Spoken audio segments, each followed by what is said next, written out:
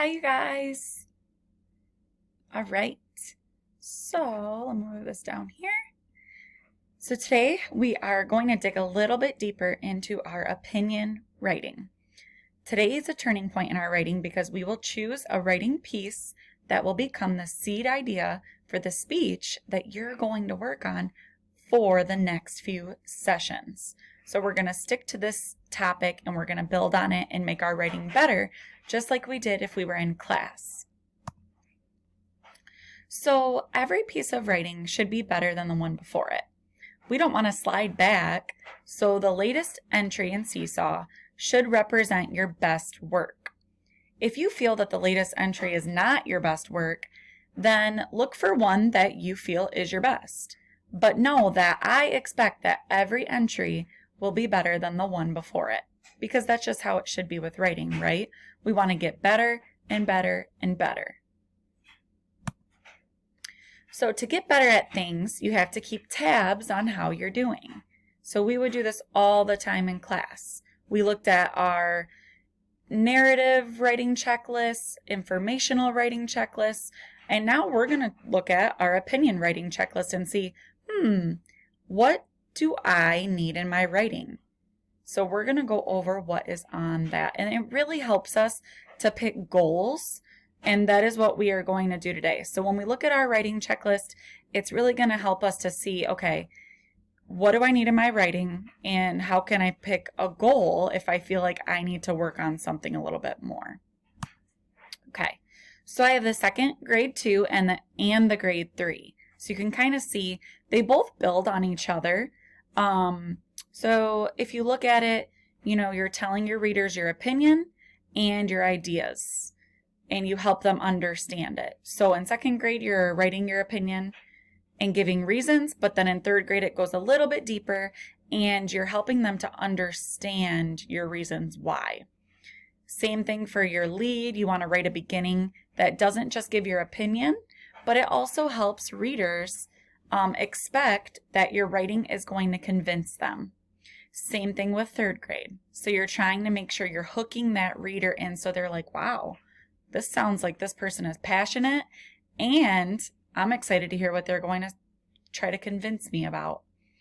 Transitions, very important in both grades.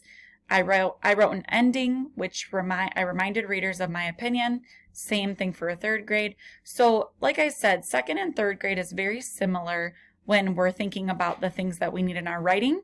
It's just in third grade, we dig a little bit deeper. So writing several reasons or examples, super important, you guys. You want to have a lot of lines with a lot of reasons.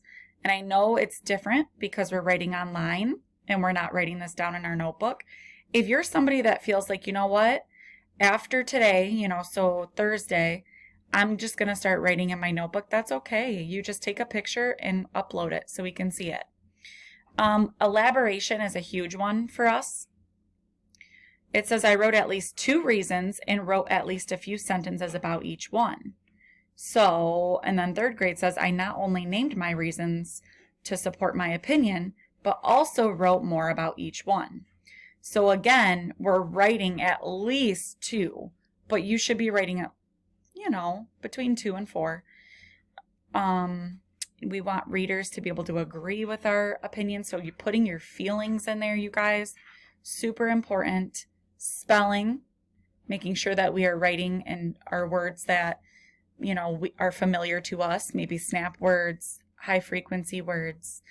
Punctuation, we know that when we are done with that sentence, we should be putting some type of punctuation at the end, always capitalizing our letters in the beginning of our sentences, names, places, all of that good stuff. So that's just a little glimpse into our opinion writing checklist.